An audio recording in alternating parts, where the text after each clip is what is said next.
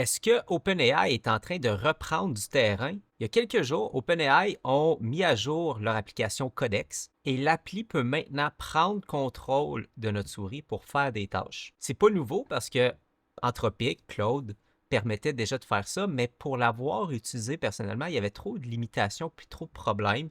Et là, je suis vraiment impressionné. Et déjà, je commence à l'utiliser de façon quotidienne. Donc, pour faire un petit démo, ok, pour vous montrer, ici, je suis dans l'application Codex. Je vais donc écrire ici à ChatGPT d'uploader l'appel du 14 avril sur mon groupe School où je fais un appel une fois par semaine. Et j'envoie la commande.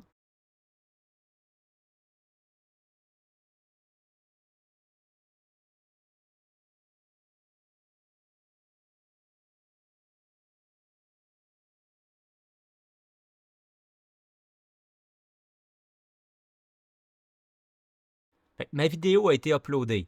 Fait que là, évidemment que ça n'a pas été super rapide. Mais la bonne nouvelle, c'est que je pourrais le mettre, par exemple, en background. T'sais, rien m'empêche de faire ce travail-là en background. Il ne monopolise pas mon écran pendant qu'il fait le travail. Je pourrais même lancer plusieurs tâches en même temps, puis il serait capable de le faire aussi.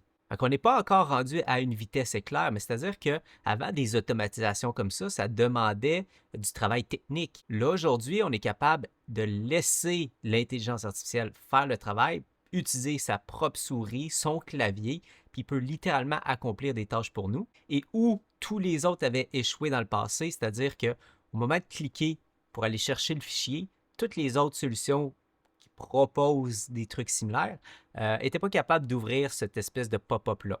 Ça bloquait.